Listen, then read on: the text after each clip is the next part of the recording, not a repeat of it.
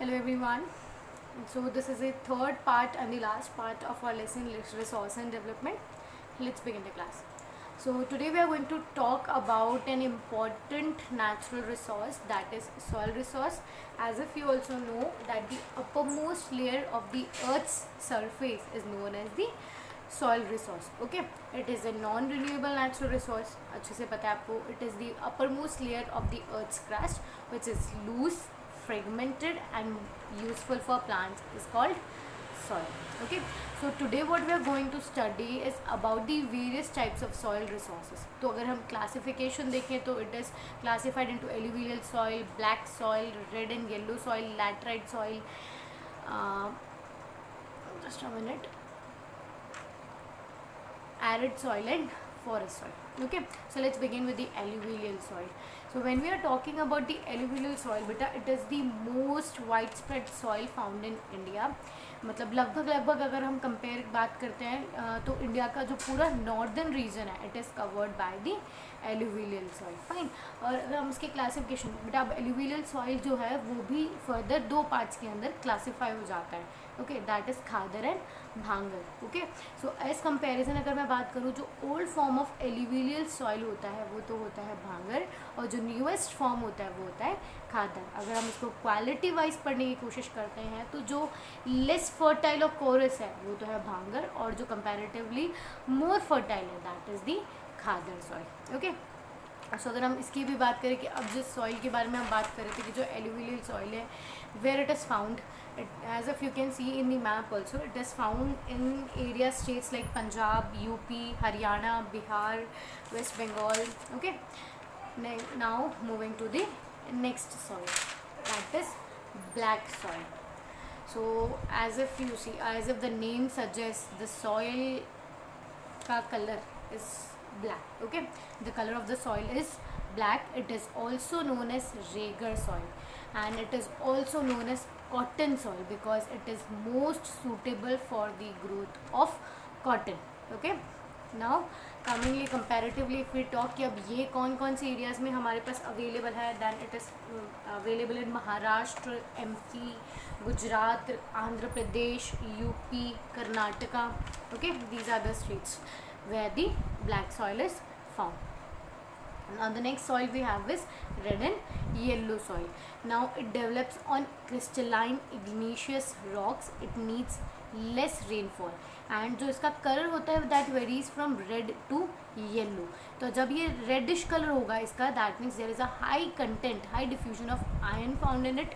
और अगर वो येलो हो जाता है, अगर मतलब थोड़ा रेडिश से येलो टोन में अगर वो सॉइल चले जाता है तो वो हाइड्रेटेड सॉइल होता है, हाइड्रेटेड फॉर्म वहाँ पे आपको मिलती है. ओके, नाउ इफ़ कंपेरिंगली अब इसकी बात करते हैं कि जो रेड और येलो सॉइल है वो हमें कौन से स्टेट्स में अवेलेबल है. It is available in Tamil Nadu, Karnataka, Chhattisgarh, Jharkhand.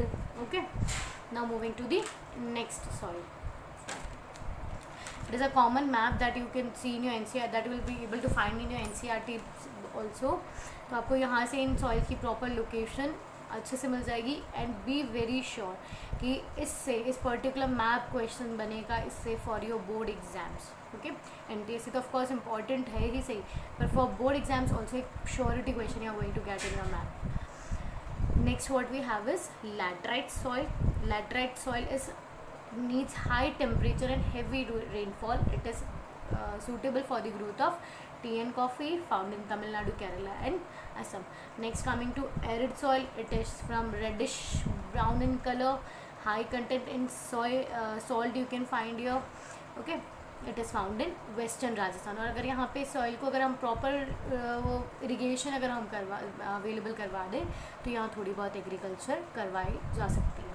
Okay, now the last one what we have is forest soil. It is found in hilly and mountainous areas. Clear? So that's it for the types of soil. Now next what we come to is soil erosion. As if beta we have already talked about the soil. Soil is the uppermost layer of the earth surface. जब वो uppermost layer जो होती है वो displace हो जाए किसी भी reason से, okay, तो उसे क्या बोला जाएगा? soil erosion. अब हम लोग उसके बात करते हैं कि ऐसे कौन कौन से reasons होते हैं जिसकी वजह से वो uppermost layer जो है वो displace हो जाती है. that is deforestation, overgrazing, faulty methods of cultivation, surface runoff by both natural and man-made action. अगर आप soil, we have talked about land कि वो कितनी इंपॉर्टेंट थी, इसीलिए उसके डिग्रेडेशन के लिए सोल्यूशन हमने ढूंढा है. Similarly soil is very important for the both plants as well as for us humans, है ना. तो अब इसके कॉजेज़ भी हमें मिल गए कि भाई सॉइल इरोजन क्यों होता है. So now let us look for the solutions and the ways to control soil erosion. सबसे पहले अगर मैं बात करूँ अफॉरेस्टेशन. फॉरेस्टेशन का सिंपल मीनिंग आप लोग बहुत अच्छे समझते हो, growing of forest. Okay, next what we had is contour barriers and contour that is strip cropping. What we have is, तो बेटा आपको पता है यहाँ क्या किया जाता है ना, जो टेरेसेस होते हैं उनको कट डाउन कर दिया जाता है स्लोप्स में, डाउन स्लोप्स में, ताकि जो वाटर है वो वहीं पे स्लो डाउन, वाटर का जो मूवमेंट है वहीं पे स्लो डाउन किया जा सके और सॉइल का मूवमेंट, सॉइल का फ्लो है जो वो रोक लिया जा सके. Okay, next we have is mulching and check dams. See mulching का मतलब क्या होता है, यहाँ पर दो क्रॉप्स के बीच में, ठीक है, यहाँ पे सी if you can see that the grass is मतलब दो सॉइल के, अगर दो प्लांट्स के बीच में अगर मैं गैप देखूँ तो वहाँ पे कुछ ना कुछ मटेरियल से उसको कवर कर दिया जाता है ना. तो that is known as mulching. Next what we had is check dam. Now if we talk about check dam, it is an artificial or temporary dam we can say about. अब देखो यहाँ से रिवर्स थे, dams थे, Pond's थे, तो इनसे एक बहुत स्पीड में पानी आता है, राइट. तो यहाँ पर एक मतलब टेम्प्रेरी डैम बना लिया जाता है, टेम्प्रेरी हर्डल बना लिया जाता है, जिससे ये वाटर की स्पीड को थोड़ा बहुत रोका जा सके. And it is also known by plugging gullies. Okay, so what next we have is shelter belts. Shelter belts का मतलब होता है कि जो प्लांट्स होते हैं, जो ट्रीज़ होते हैं, जो क्रॉप्स होते हैं, उनको एक लाइन में लगाया जाए. मतलब एक स्ट्रेट लाइन के अंदर उनको लगाया जाता है ताकि जो मूवमेंट ऑफ एयर होता है उसे कट डाउन कर सके, स्पीड को कट डाउन किया जा सके. Terrace farming, you are very clear with that कि जो हम माउंटेन स्लोप्स होती है उनको हम कट कर देते हैं माउंटेन टेरेस को ना, ताकि हम वहाँ पर एग्रीकल्चर कर सकें. Okay, so the lesson is over.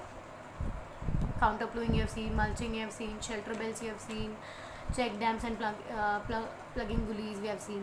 So it's the revision time. So starting with the whole lesson again, we have talked about the definition of resources, its importance and characteristics. Okay, we have seen about the various types of resources. We have seen we have talked about sustainable development, indiscriminatory use of resources. After that we were talking about the important resource planning. We were talking about that why resource planning is important and how is resource planning done in India. Then we were talking about India's land and we have seen the relief feature of India also. Land resources के बारे में हमने discuss किया. Okay, so after that land resources we have seen about land degradation, solutions to land degradation. Then we were talking about soil resource, what we have seen, why the soil, the various types of soil we have seen. After that we have talked about soil erosion.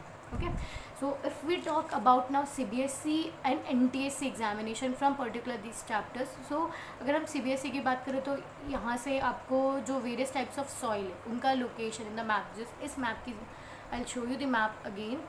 This map is very important for you people. Okay, तो इसी आपको अपनी NCERT books में भी मिल जाएगा.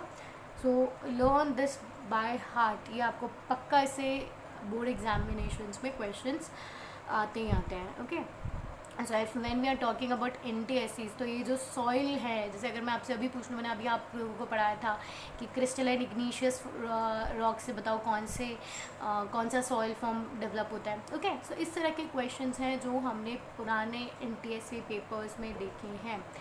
So read this chapters from you will get the notes also here and by heart this chapter from your NCERTs also. Okay, thank you everyone.